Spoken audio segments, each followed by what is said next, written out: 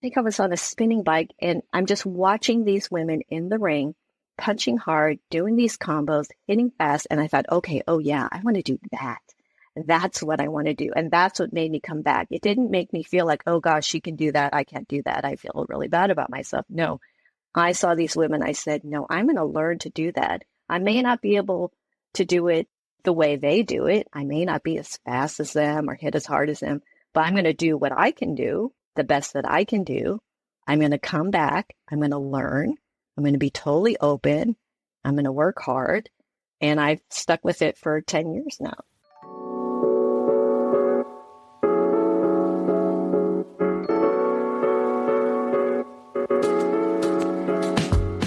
Welcome to Reinvention Rebels, stories of brave and unapologetic women 50 to 90 years young who have boldly reinvented life on their own terms to find new purpose and possibilities. I'm your host, Wendy Battles. Ready to kick your fears to the curb, do it scared, and step into who you are meant to be in midlife and beyond? These amazing women, these reinvention rebels, can help light your reinvention path. Come join us and let's get inspired together.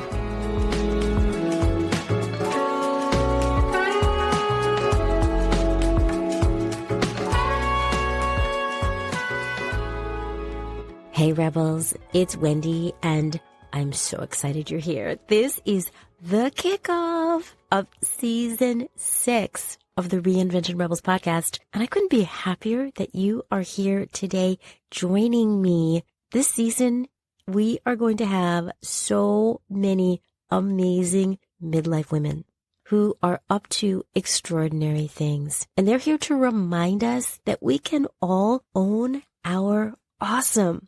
This season's theme. How do we step into who we're meant to be with confidence and joy and badassery? Well, the women in season 6 are going to help us see how it's done and remind us that we already have so many of those qualities, that if they can do it, we can do it too in our own way. And I'm really looking forward to the conversations we're going to have, the inspiration we're going to share, and the awakenings I expect that many of us will have. These conversations always seem to spark something in us, perhaps allow us to see ourselves in a different way, often a way where we treat ourselves with more grace, and we appreciate who we are and the journey we're on. I can't think of a better way to kick off season 6 than with my friend Mimi Ison.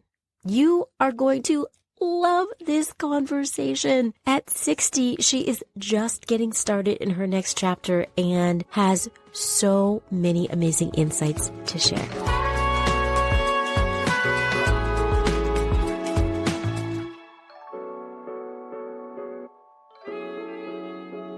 Mimi Ison is a pro-age movement motivator, blogger, and anti-ageism advocate. At 60, she's a health and fitness enthusiast who crushes age stereotypes on Instagram at Hey Middle Age and writes about midlife on her blog, heymiddleage.com. Her happy place is the boxing gym where she started training at age 50. You are in for such a treat today with Mimi. She is amazing. Mimi Ison, welcome to the Reinvention Rebels guest chair. Thank you so much, Wendy. How are you doing?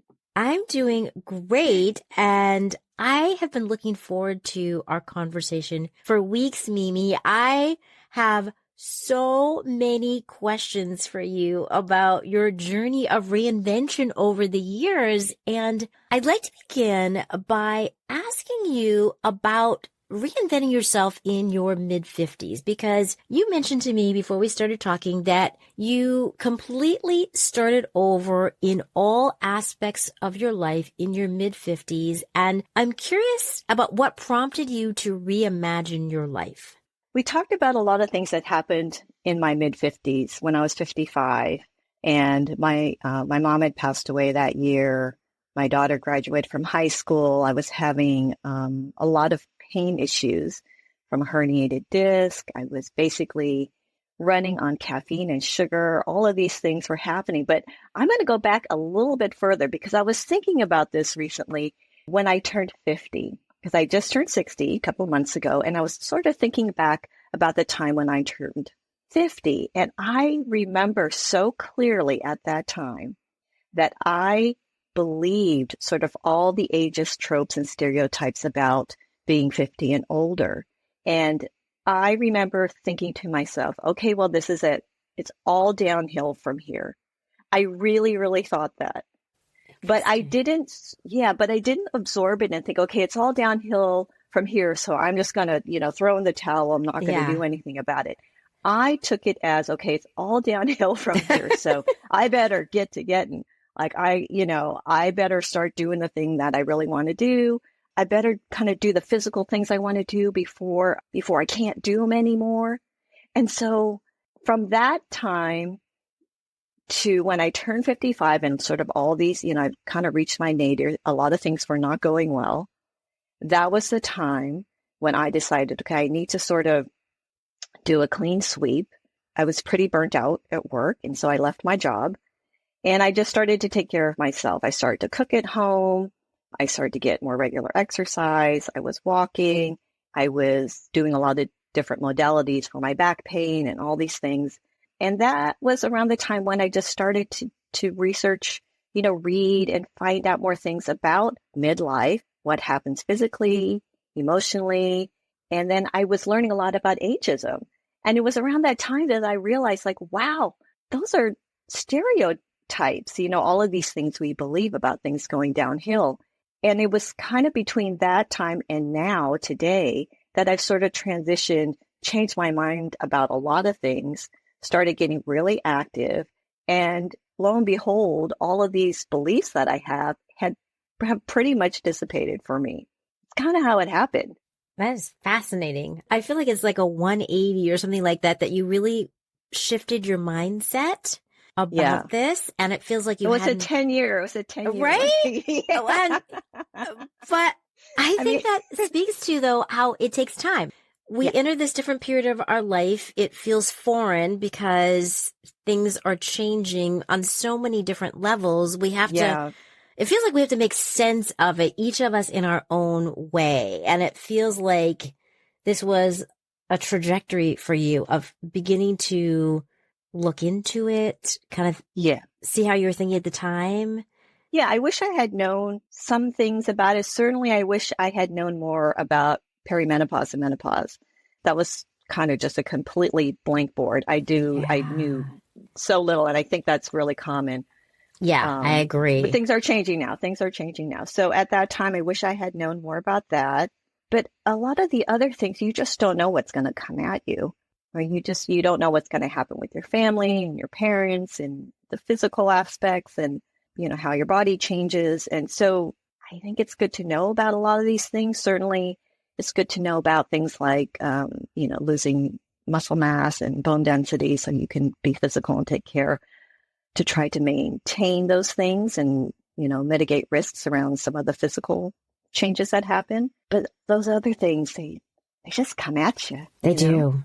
Softballs just keep getting thrown. And how do you prepare for that? I mean, it's so true. I feel the same way in midlife. Like I didn't really know what was coming. And I don't think anything can really prepare us for, even when it happens to other people, it's still not the same circumstances as our families and what's going on with our kids or, our parents. And so until you get there, I think that sometimes we end up being reactive, perhaps unintentionally, or we're trying to be as proactive as we can. But one of the things I heard you say is that even though you originally had these negative stereotypes and it's like, oh my gosh, I'm at this age and, it's sort of downhill from now. What I thought was really interesting is that how that motivated you to take proactive steps. Right. And that you did start walking and cooking and getting off the sugar and caffeine is sort of a crutch. And I like how that helped you make movements in the right direction. Yeah, I'm not really sure why that sort of occurred to me, but yeah, I just thought, okay, second act, let's go. But I wasn't sort of believing, oh, I'm going to do that because I'm just going to dispel these myths. It wasn't that. It was like, no, I really believed it. But I think what I didn't understand was how our mindset changes, how our brain changes, how I just didn't think that the thoughts about aging and getting older were going to change so much. That was unexpected. Yeah. For the better, for the better. Totally for the better. And I think you illustrate, though, what's possible when we're open and that we can change, that this is not a fixed mindset forever. We're stuck with that. There's always this possibility. And you mentioned the second act. And I think that speaks to that so well, that we can always invite in new possibilities if we're open, like you were in this case. Yeah. A lot of things happen in the second act, right? The first act, you're kind of getting things set up. You're trying to understand the characters. You have relationships. You have things happening. But the second act, that's kind of where all the excitement happens. It is. And that's so funny that you, in thinking of it that way, the first act and the second act. And I think that that's such a great mindset for this, because the theme of this season, Mimi, that I'm talking about on the podcast is own your awesome. And part of what that sparks for me and what you're saying is that in your second act, you are taking center stage, that you are the star of your midlife in really determining how things unfold. Oh, wow. That's a great observation. I love the way you put that. Oh, yeah. Like you're on it. You're owning that awesome. That just speaks to me. That speaks to me so loud and clear. And I love that. And yeah, I think the other thing that I think of when I think of you is you have this brand, so to speak, Hey Middle Age. And I know that this is like everything else in your second act. It's developed, over time, it's evolved. But one of the things that you started was this blog, as I mentioned in the intro, that's called Hey Middle Age. And what I know is that there are millions of blogs out there. There are so many people, just like there's so many people that YouTube and do that kind of thing. What was your inspiration to start Hey Middle Age, the blog, and how has it grown? Well, some of it was just as I was reading about all these changes and things that happen. I'm a problem solver. Like, I like to solve for things. So, for example, when I started to use, reading glasses, like most of us will in our late 40s and into our 50s, that was annoying for me, pulling them out every time I wanted to look at my phone. And so you could do something called, this is what I do, monovision, where you have distance vision in one eye and you have near vision in the other eye. And it enables you to see your phone and your laptop and menus. And so you can see, it's not crystal clear, but you can see. And I thought, none of my friends know about this. And then I started to read about sarcopenia, which is the loss of lean muscle mass. It can start in your 30s. And so if you don't do something to maintain your muscle, build your muscle, decades later, you're going to have a hard time. So I thought, my friends don't know about this. Let me just write some of this down. Let me kind of see if they have any interest in these things. And so I thought, okay, I got to do something. I want to do something for myself. Blog. Yeah. There's millions of them, but whatever. Let's just put it out there. Let's just try. And so I think I had mentioned this to you, when if you just, search how to start a blog, you could put one up in a few hours, a day or two. And mine took 2 years because it's just all the typical things, the worry and the fear and insecurity. And, this is, no one's going to want to read this. This is stupid. What am I doing? All the imposter syndrome stuff. And then at some point I just thought, okay, just push publish, just just push publish. And it's the same on Instagram, just push post, just push it, just do it. And sometimes I just ask my question. It's kind of, a little bit of a silly question. It's like, am I going to care about this when I'm 80? No, push. Just do it. I love that. I love asking yourself these questions to motivate you into action instead of getting stuck. Yeah. Those are great ideas. Yeah. But I do think, I hear from a lot of women in midlife that this is the time, right, where they sort of break down their fear, start to not care what people think. And it's so interesting how that happens for so many, but at the same time, it's a complete opposite for so many. So I'm in some groups with a lot of different women, and, they talk about having something that continues to hold them back, whatever that is. Ultimately, I think it does come down to some kind of fear, and, and it manifests in different forms. But So it's kind of interesting because I'm seeing both on both ends of the spectrum. And I think my big question in life right now is like, what is the thing that's enabling you to like face the fear, to get over the fear and just do it? Because boy, you and I know there are women out there who are just crushing it, doing all kinds of things and just saying, I'm just doing it. I'm just going for it. You're one of them, Wendy. You made a decision. I'm doing the pod. I'm out there. I'm doing it. Right. Yeah. But then I meet a lot of other women who kind of get into a mindset of, I just feel like they create these blocks for themselves. Right. So these are some common things I hear. It's like, well, I'm interested in, they want to do something, but I'm interested in so many things. I just can't pick one. That's super common. Or something I call the forever researcher. I'm a forever researcher. Like before I want to do something, I worry a lot. So now I gotta like read a little more. I gotta listen a little bit more. No, I can't quite do that. I can't quite say that. No, it's like more and more and more and more and more without taking any action. Well, that doesn't really get you anywhere. No. You gotta take the action. And so just sort of being cognizant of those things and understanding that the action, whatever it is, make the decision. You don't have to choose the one thing. It doesn't have to be the perfect thing. You don't have to know all the steps because, hey, if you start something, it's going to take you to another thing and another thing. And it's probably going to take you somewhere that you never planned for. You maybe had no knowledge of, and it will just surprise you. And that's the fun part. Like you just don't know what could come your way unless you just get out there and just try it and just do it. Pick the thing. It doesn't matter. It doesn't have to be the right thing. It doesn't have to be the perfect thing. Just pick it. Pick one.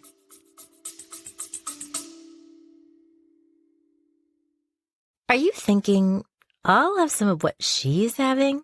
Reinvention rebels are amazing, as you can hear from our discussion. They've put themselves first, decided their dreams matter, and are taking action. They have unleashed their inner rebel and are living on purpose in midlife. Are you ready to start putting yourself first and embark on your midlife dreams, focused on what you want, not others' ideas of what you should do? Come check out my new audio course, Midlife Reinvention from the Inside Out, 8 Essentials to Greenlight Your Life. I share my roadmap to get you started on your reinvention journey with the key components you need to navigate detours and get on the road to smooth reinvention sailing. Sis, it is time to give yourself the green light to shine in midlife and crush those dreams of yours with joy and purpose. Join today and let's reinvent and get inspired together. Details are in the show notes. I love that advice. I love that advice of just picking one and getting started and seeing where it leads and course correcting as you figure it out. Because you're right. So many women are paralyzed by trying to analyze everything, as you said, or, imposter syndrome or getting stuck in perfectionism that stops us. And I really feel like it extinguishes our joy. I feel like women we're so joyful. We have the potential for such deep joy. And especially in midlife when, yes, in some ways things can be heavier with dealing with things we hadn't expected as we talked about, but in other ways things are often lightening up and are shifting in ways that can provide more opportunity for freedom and joy. So when we look at women that are doing the things, even if it's things we want to do or we admire them, I like to look at them and say, well, what is it that they have that I might not have, but I could use that to inspire me into action. So 100%. Right? Just kind of. I mean, and again, that's something else you can look at in different ways. So when I see something visually, I don't like, we know comparison is not great. It's lousy. It makes you feel bad, all the things. But when I see somebody and they're doing something that I want to do, I'm inspired by that person. It's like, yeah, I want to do that too. That's like when I started boxing classes 10 years ago. It was the hardest thing I had ever done. It It was a total fluke when I had never done, a push up, a burpee, all of those kind of calisthenic, like hard Yeah. exercises. I'd never done any of that. And I just thought, what am I doing here? I'm just like scared out of my mind. And it just felt so intimidating. And the coaches had biceps as big as my head. But there are those times, when you have less than a split second to just decide yes or no. And I don't know what made me do it. I said, yes, I'll try it. Not for me. Go down. Everyone's great. Everyone's nice. Everyone's helpful. And again, hardest, toughest physical thing I had ever done. I'm on, I think I was on a spinning bike, and I'm just watching these women in the ring, punching hard, doing these combos, hitting fast. And I thought, okay, oh yeah, I want to do that. That's what I want to do. And that's what made me come back. It didn't make me feel like, oh gosh, she can do that. I can't do that. I feel really bad about myself. No, I saw these women. I said, no, I'm going to learn to do that. I may not be able to do it the way they do it. I may not be as fast as them or hit as hard as them, but I'm going to do what I can do, the best that I can do. I'm going to come back. I'm going to learn. I'm going to be totally open. I'm going to work hard. And I've stuck with it for 10 years now. That is impressive. But that's how I see it when I see somebody doing something that I want to do. That's like, what's my version of that? I like that idea. What's my version of that? So using what other people are doing to inspire you, and then layering on what's my version of that. So not that I'm going to do exactly what so-and-so is doing or so-and-so is doing, because I always feel like we're all so unique. And even if thousands of people are doing it, no one is doing it the way that Mimi is doing it. You're doing it in your 100%. Own unique way. Right. So I really like this reminder that you're sharing with us, that we can find our unique path. We can use others to motivate and inspire us, and then find our unique path. And I have to tell you, I'm doing that when I look at you. One of the things I remember, Mimi, when I first saw you on Instagram, and somehow probably in Reels, I saw one of your really cool dance videos where you are an amazing dancer. I'm like, is she professionally trained? She's so good at dancing. She's got amazing rhythm. I was like, I can't do that. But I was very inspired watching you. And then I saw some other videos and I saw how flexible you are. Yeah. And I was like, well, I saw Mimi go under this pole and do these things with her body that I don't think my body would do that. But I was like, that is so cool. I don't know how someone is that flexible, but I love it. But it motivated me because I thought, okay, I'm a little stiff. I'm not nearly as flexible, but I can start where I'm at. And I use other people like you and other people that are very athletic to motivate me where I am. I've got bad creaky knees. I've had all this knee surgery. I'm not going to go be a triathlete like one of the amazing women I interviewed, Kathy, but I can start from where I am, and it can motivate me to just get out more, to exercise more, to walk more. It reminded me of, I used to do a lot of strength training and then I kind of fell off the wagon, but I can get back on. I can do those things. So I am with you. Like, you motivate me. Yeah. You get off, you get back on. Off the track, get back on. Fall again, get back on. Just get back on. And by the way, Wendy, those dances you're talking about, I couldn't do those dances either. You have to start from the beginning. You have to start from the beginning, and I usually, I'll break it down. I'll screen record them and then watch them in slow motion and break it down. And then, I don't know if you've done dancing with choreography, but it's how we should be doing a lot of these things. So if you're doing choreography, well, you kind of warm up first, and then it's all broken down. So you usually start with the feet, right? You start with the feet, kind of learn the steps from kind of the bottom up, and then the arms, and then learn the transitions, right? From going from one 8 count to another 8 count. And then once you get that down and you practice and you practice and you practice and you practice, that's when you kind of start to add on all the layers. That's when you add on your own groove, your own, that's when your personality comes out. But it doesn't just happen. But that's like with everything, right? Get your feet set first, go from the bottom up, start to build it, brick by brick. My coach always says, we're building the house brick by brick. It's little steps, baby steps, one little step in front of the other. So if you think you're just going to go and do the dance, well, that's pretty overwhelming. Like if you see it, and I'll see them and I'll think, oh, geez, I don't know if I can do that. But you can't know until you get in there. Again, break it down, start really small, and just keep building from there. And you will surprise yourself. You will surprise yourself what you can do. But you got to do it like a step at a time. Yeah, you got to break it down. A step at a time. And I think that's why, things like New Year's resolutions, typically fail, because it's a lot of times it's something really big, it's a really big goal. I think people just sort of jump into it. It's like, yeah, I'm going to do this. I'm going to work out, 5 times a week. Well, I don't know, kind of setting the bar really high. It may be too high to be sustainable. Right. That's just my feeling, right? Yeah, to be sustainable, to create the discipline, to make something a habit. What works for me is starting really, really small and just keep building. Yeah, I totally agree. And I like how you broke it down with the dance as a great example and really a metaphor for anything can seem overwhelming no matter what it is, whether it's a physical challenge or it's a mental challenge or it's, I have this idea. I listened to Mimi and she said, just pick one thing. And now I've picked one thing, but I don't know where to begin because it seems so overwhelming. And it's that same idea. Break it down to just what's one simple step I can take. Even though it may be imperfect and I'm not even sure, but I'm just going to get out there. And, it's like throw the spaghetti against the wall, see what sticks and adjust accordingly. And that's right. I think is a great roadmap as we think about reinventing.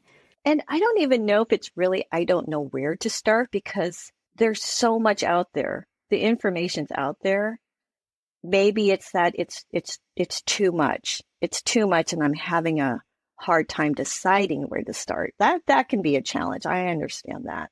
A lot of it's trial and error, I think. We like convenience. We like to sort of know, the right thing to do or what's going to get us the results. And I think there's trial and error involved. You just got to get in. You got to find it out for yourself, right? You need to do some work and find out for yourself. And so I don't, I'm not a coach and I'm not a trainer. I'm not out to tell people, oh, you should do this and you should do that. It's more higher level, more general things. Yes, you should, for me, you should do strength training. I think that's really, really important. But I'm not going to tell you specifically how to do it because there's so many ways to do it. So you got to find the one that's going to work, right? Start with body weight, start with bands, get some dumbbells. Maybe you need a trainer. It kind of depends on your personality. What works for me is I like classes. I like a trainer or a coach. I want someone to tell me what to do, how much to do, and when to stop doing it.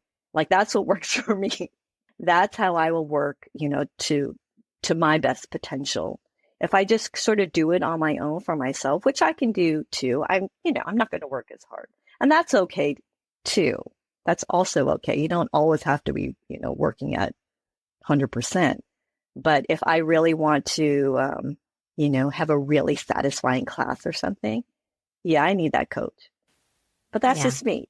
I understand. And I hear you. And I think part of it starts with knowing ourselves and what we need. Yeah. And it's going to be a little different for all of us. One thing that I think that's interesting in many of the things that you've said in our conversation, and especially as you've thought about reinventing yourself in your 50s and how things have changed over the last decade, one common theme I see in your story is one of resilience, that you are a resilient person, that you've used resilience to help you with your mindset in moving forward, in being able to change some of the things that you didn't like, as in you're losing muscle mass, but you want to maintain it. And it really got you into strength training and you found the thing that really lights you up, that makes it fun. What advice do you have for midlife women to build their resilience muscle? What can women do to be more resilient in midlife? Well, there's a couple of things. I look ahead. I'm looking ahead to figure out, okay, what do I want to be able to do physically when I'm 80? And And then I kind of work backwards from that. So I want to be able to do eight counts of dance choreography at a moderate speed when I'm 80. Okay, so what do I need to do now to be able to do that when I'm 80? And so that's sort of how I think about, from the physical standpoint, what to build and what to do. But this is going to go off in a different direction. But I've also thought about just the idea of something being the last time. And so what I mean by that is there's going to be a last time for most things. There may be a last time when I'll be able to dance at some point. I think about, I've had this kind of chronic back pain. It's manageable now, but sometimes I think, when was the last time I didn't have back pain? What did I do that day? Did I just bounce out of bed? And so my point is like to have gratitude for what you do and what you can do and what you have now. And I'm going to just tell you this example because I just read it, I think yesterday. So I have an Instapal. His name is Carlos Whitaker, and he's at Loswhit, Loswhit, and he wrote something that just moved me, and it's just tied back to this same idea. And so he was writing about it being the last night that his whole family was together in his house because his daughter was moving out and starting her own life in her own home. And so he was basically saying, he was talking about that last night of them all being together, and it was going to that was it. Like, it was never going to be the same way again. And he was just talking about how precious that was and what that night meant to him. And like to basically, have gratitude for these things. And it was just so moving. And I think just the idea that can be applied to so many things in life.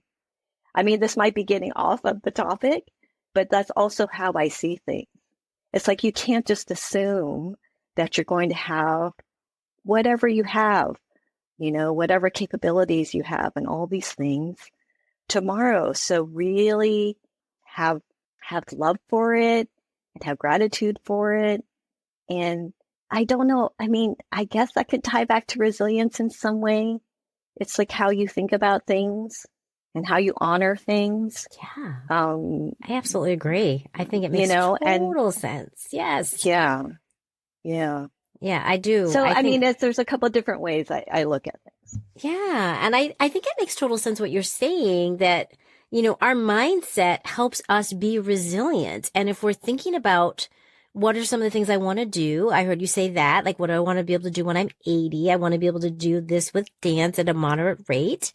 Yeah. And also this idea of gratitude and appreciation, that absolutely helps us with resilience. And because I think we have so much more than we think we do. Even when we're challenged, even when we're going through struggles, there's always something we can find appreciation for in our lives, even if it's teeny tiny. Right. I mean, think about it. When things go wrong, the thing we want most is for things to go back to normal, right? So if you have a physical issue, something happens with someone in your family, something tragic happens, whatever. Right? There's always something that's always happening. And a lot of times, I just wish things were normal again. Yeah, exactly. So I think we just kind of need to embrace the normal, have gratitude for the normal. I think that's a powerful way to be resilient. And it certainly helps us with our mindset, or surrounding ourselves with other people like that have a mindset like this. Even if we don't, even if we recognize I'm really struggling, who can I reach out to?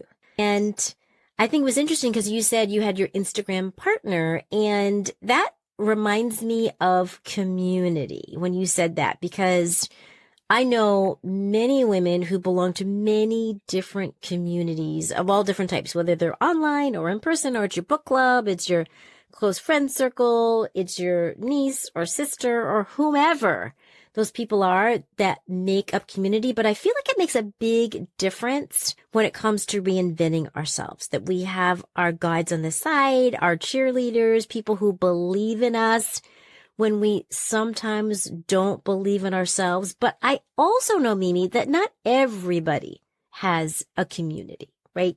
Many of us belong to all these multiple different communities. And then there's other women that would like to be more connected, that would like to have more of these guides on the sides in whatever way they show up. What's one suggestion you have for a midlife woman that wants to build community and she's feeling like that's lacking right now? What's one simple thing that she could do to get on that road to feeling like she's part of a larger community? I think that is so common. There was this group that I had joined sort of during the beginning of the pandemic. They were called Revel. It was an online group. It had been in person originally, but it was an online group that just brought women over 40 together and all with all different activities and things. They've actually folded this year, but that's why all these women were there. They wanted to make connections with people. They wanted to meet people. They wanted to make friends. And that can be, they say it's harder as you get older. It's harder to make new friends. But I don't necessarily think there's a simple way or an easy way, but you have to be intentional about it. You can't sit back and wait for it. You have to go out and you have to go get it. You have to get it. So you have to, you have to look for groups. You have to meet people and maybe you walk away and there's no connection, but you know what? You tried it. And then you go and you try it again. You try it again. There's all kinds of online groups.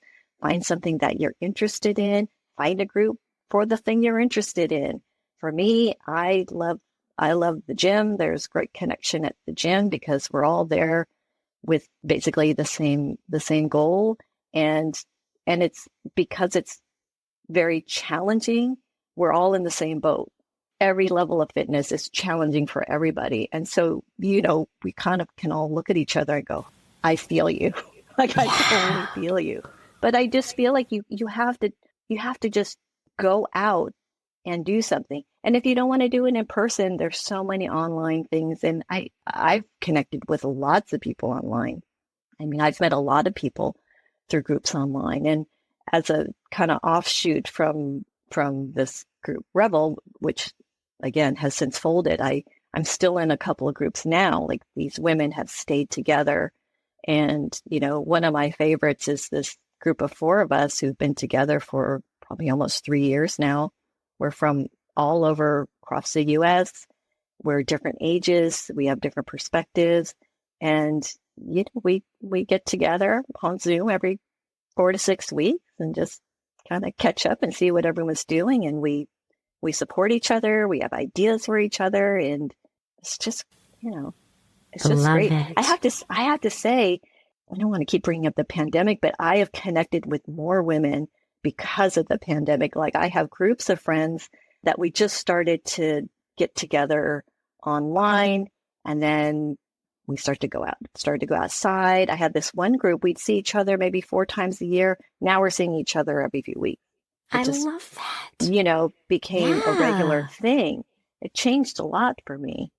It's interesting. And I think it speaks to the shifts. So many things have changed in our whole world, obviously, because of the pandemic. And after the pandemic, how we relate to each other and socialize. And I know people are in different places about being together in person versus online. But I think that there's so many different configurations that we can find a way to make it work. Because I think the key thing that I heard you say is about intention, that we have to be intentional, no matter what configuration it might be or format for building that community. When we do it with intention, it's so different than like, oh, I'll just see what unfolds, but saying, I want this.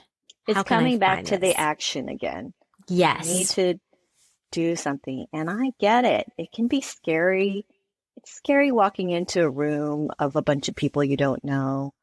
It is for me. I think it is for a lot of people. Yeah, I understand that. But if this is what you want, you have to be scared a little bit. You have to sort of lean into the discomfort. I'm a big proponent of discomfort.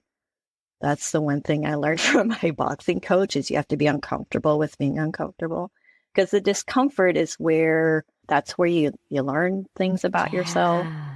That's where you find out what you can do, what you're capable of. It's where you get a lot of satisfaction when you come out on the other end. And you could kind of get through the day having a lot of things be comfortable and convenient pretty much the whole day if you wanted to. but it's a lot more fun to kind of dig in, get a little uncomfortable, and have the satisfaction coming out on the other end. I agree. And so much learning in that as well.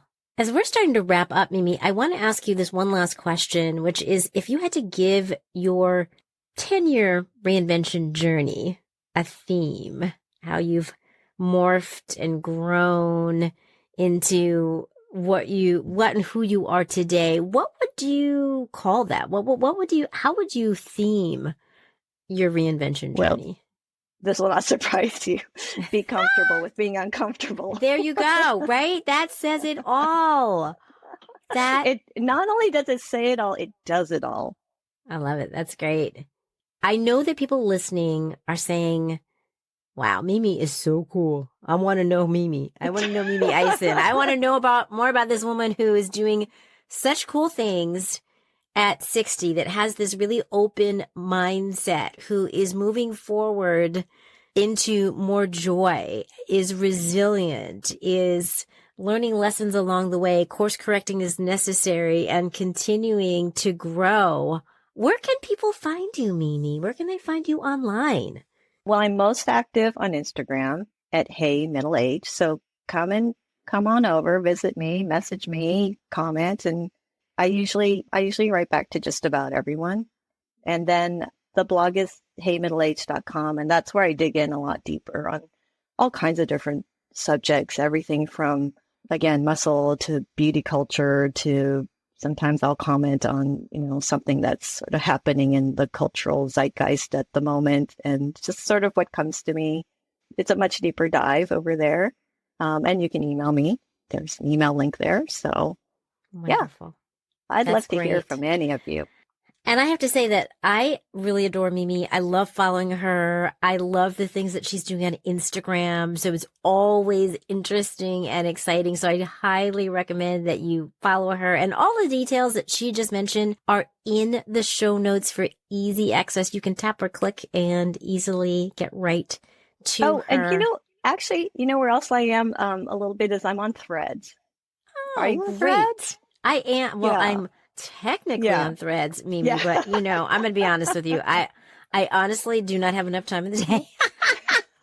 I'm a little bit active on Threads, and that's excellent. But there's like a different feeling there too. So every place I'm at it's coming from a different place.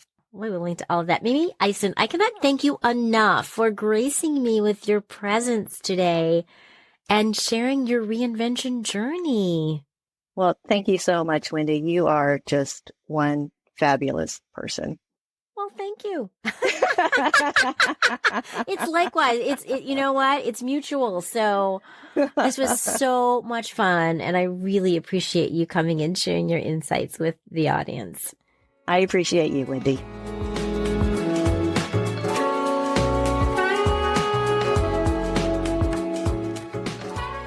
Okay, is it just me, or was that an amazing conversation with Mimi? I gained so many insights about this midlife journey, about my body, about getting stronger, about building community. There were so many different nuggets, and I hope you felt the same way too.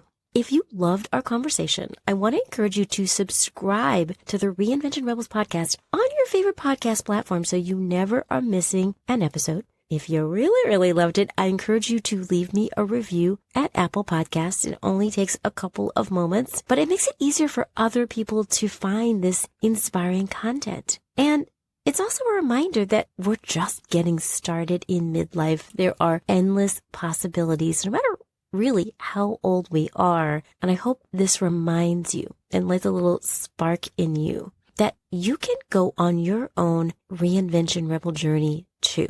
Just like Mimi and the other amazing guests you're going to hear this season. And don't forget to check out Midlife Reinvention from the Inside Out, my new audio program, which is all about lighting up and igniting that spark on your reinvention rebel journey. Details are in the show notes. I cannot wait to see you back here for our next episode with another amazing rebel, 66-year-young Kim Selby. You are going to love her story. I love how she has reimagined her life, is going for it, and has manifested so many of the things she's talked about, has wanted, are all coming to fruition. You're going to love her story about launching her acting career in commercials in her 60s with her white hair, and how people are loving on her. So it is more inspiration coming your way soon. In the meantime, keep shining your light, rebels. The world needs you and all that you have to offer.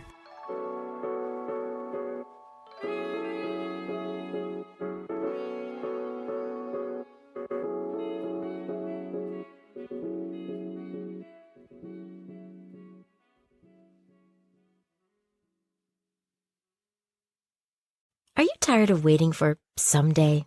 Feel like you're too old or it's too late to reinvent yourself? Unsure of how you'd even get started on the path to midlife reinvention? I'm here to help as your guide on the side and host of the top 2% globally rated Reinvention Rebels podcast. I've been around the reinvention block a lot. Here's a simple way you can get started.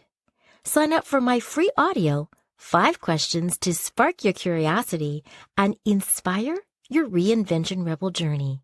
It all starts with getting curious about what's possible. And I've got 5 questions to help tease out some very cool ideas. Let's get started. Details are in the show notes.